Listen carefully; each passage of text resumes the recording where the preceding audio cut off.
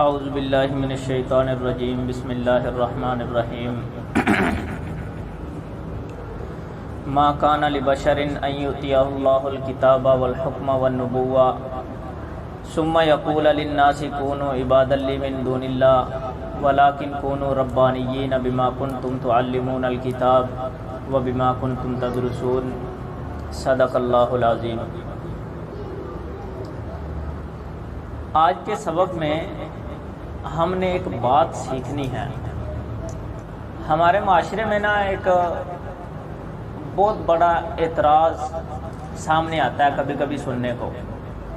جب ہم توحید کی آیات بیان کرتے ہیں،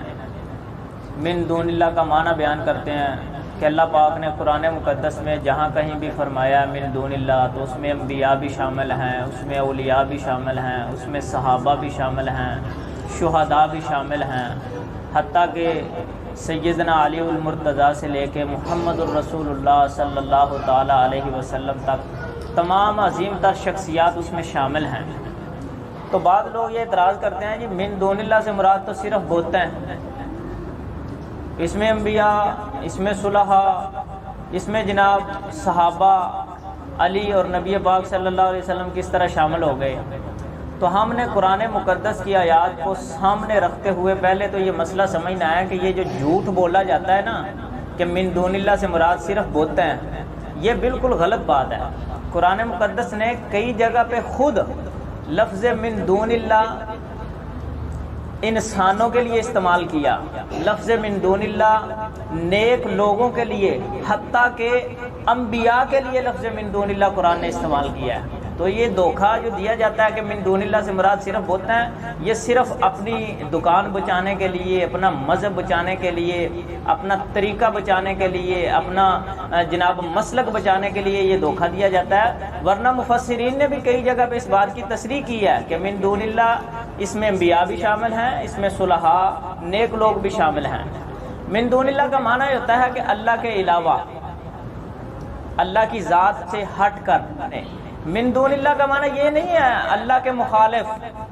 یہ معنی ہی غلط ہے، یہ من دون اللہ کا معنی نہیں ہے۔ یہ دھوکہ دیتے ہیں کہ من دون اللہ کا معنی جو ہے اللہ کے مخالف، اور نبی، صلحاء، شہداء، انبیاء یہ تو اللہ کے مخالف نہیں ہے، تو یہ تو اس کا معنی ہی نہیں ہے،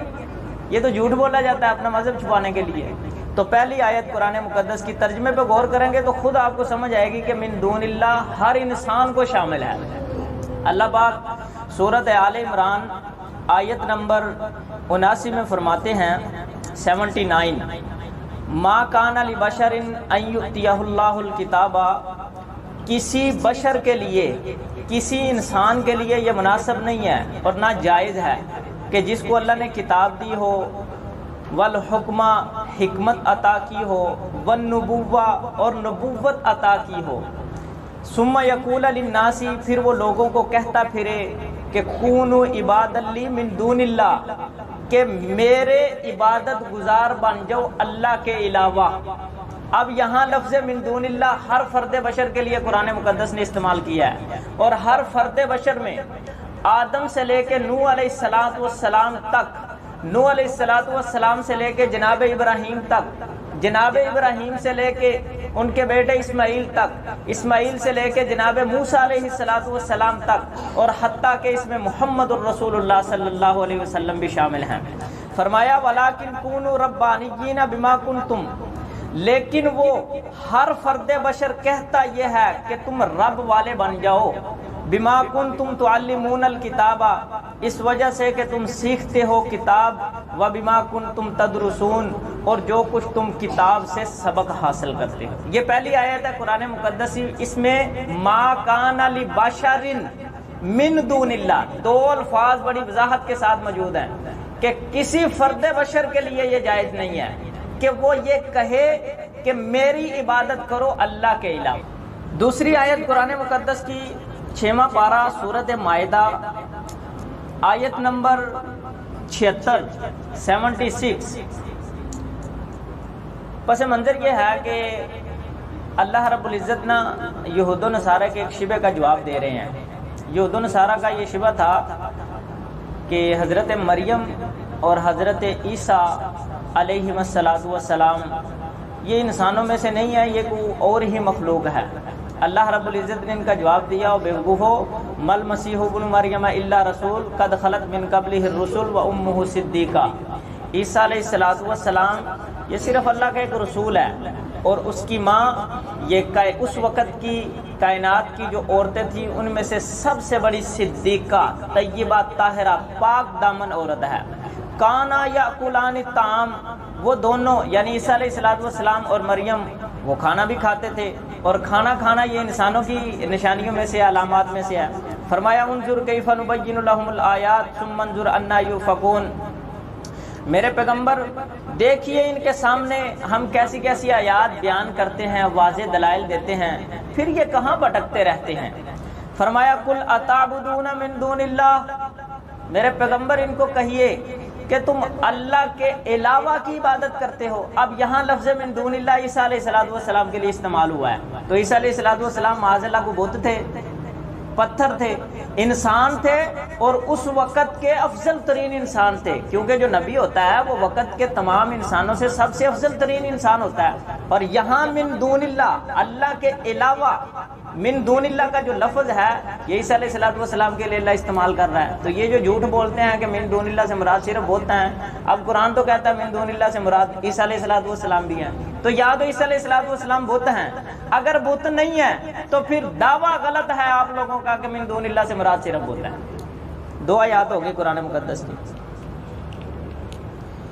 تیسری آیت قرآن مقدس کی اسی سورۃ مائدہ میں ہے، اللہ اکبر، آیت نمبر ہے 116۔ پوری آیت کا میں ترجمہ کرتا ہوں۔ فرمایا وَإِذْ قَالَ اللَّهُ يَا عِيسَى ابْنَ مَرْيَمَ، جب اللہ کل قیامت والے دن کہے گا اے عیسیٰ ابن مریم، أَأَنْتَ قُلْتَ لِلنَّاسِ، کیا تو نے لوگوں کو کہا تھا اتخذونی و امی الہین من دون اللہ، کہ تم بنا لو مجھے اور میری ماں کو دو الہ من دون اللہ، اللہ کے علاوہ۔ اب یہاں من دون اللہ کا لفظ عیسیٰ علیہ السلام کے لیے استعمال ہوا، اور ساتھ ان کی والدہ ماجدہ جناب مریم علیہ السلام کے لیے استعمال ہوا، تو وہ دعویٰ غلط ہو گیا نا کہ من دون اللہ سے مراد صرف بت ہیں۔ من دون اللہ سے مراد صرف بت نہیں ہے، یہ صرف جھوٹ بولتے ہیں اپنا مذہب چھپانے کے لیے۔ من دون اللہ سے مراد انبیاء بھی ہیں، من دون اللہ سے مراد شہداء بھی ہیں، من دون اللہ سے مراد صلحاء بھی ہیں، من دون اللہ سے مراد علی رضی اللہ تعالیٰ عنہ سے لے کے محمد الرسول اللہ صلی اللہ تعالیٰ علیہ وسلم تک ہر شخصیت اس میں شامل ہے، کیونکہ یہ اللہ کے علاوہ شخصیات ہیں، افضل ترین شخصیات ہیں، لیکن اللہ کی ذات جیسی تو نہیں ہے نا۔ چوتھی آیت قرآن مقدس کی، سورۃ توبہ آیت نمبر 31،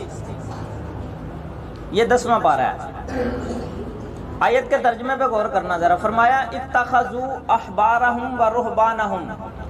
ان یہود و نصارہ نے بنا لیا تھا اپنے احبار و رہبان کو، یعنی اپنے وقت کے علماء اور مفتیوں کو، اربابا من دون اللہ، اللہ کے علاوہ کئی رب، والمسیح ابن مریم، اور عیسیٰ ابن مریم کو بھی، وما امروا الا لیعبدوا الہا واحدا، اور نہیں ان کو حکم دیا گیا تھا مگر صرف اس بات کا کہ وہ صرف ایک الہ کی عبادت کریں۔ اب یہاں حضرات محترم، یہاں اس مقام پہ احبار اور رہبان کے لیے بھی من دون اللہ کا لفظ استعمال ہوا ہے، وقت کے ان کے مفتیوں کے لیے من دون اللہ کا لفظ استعمال ہوا ہے۔ تو یہ جو جھوٹ بولتے ہیں کہ من دون اللہ سے مراد صرف بت ہیں، قرآن تو ببانگ دہل کہتا ہے کہ من دون اللہ سے مراد صرف بت نہیں ہے۔ اور قرآن جب خود ایک بات بیان کر دینا، پھر نہ کسی مفسر کی بات کی کوئی وقت ہے، نہ کسی محدث کی بات کی کوئی وقت ہے، اور نہ کسی علماء سو میں سے کسی مولوی کی بات کی کوئی وقت ہے۔ جو قرآن کہتا ہے وہ سچ کہتا ہے، مولوی جھوٹ بول سکتا ہے لیکن قرآن کبھی حقیقت کے خلاف بات نہیں کر سکتا۔ تو اب یہ چار قرآن مقدس کی آیات سے یہ بات بالکل واضح ہو گئی کہ یہ من دون اللہ سے مراد صرف بت نہیں ہے، من دون اللہ سے مراد اللہ کے علاوہ کائنات کی ہر چیز، حتیٰ کہ صلحاء بھی اس میں شامل، انبیاء بھی اس میں شامل، شہداء بھی اس میں شامل، حتیٰ کہ محمد الرسول اللہ صلی اللہ تعالیٰ علیہ وسلم بھی اس میں شامل ہیں۔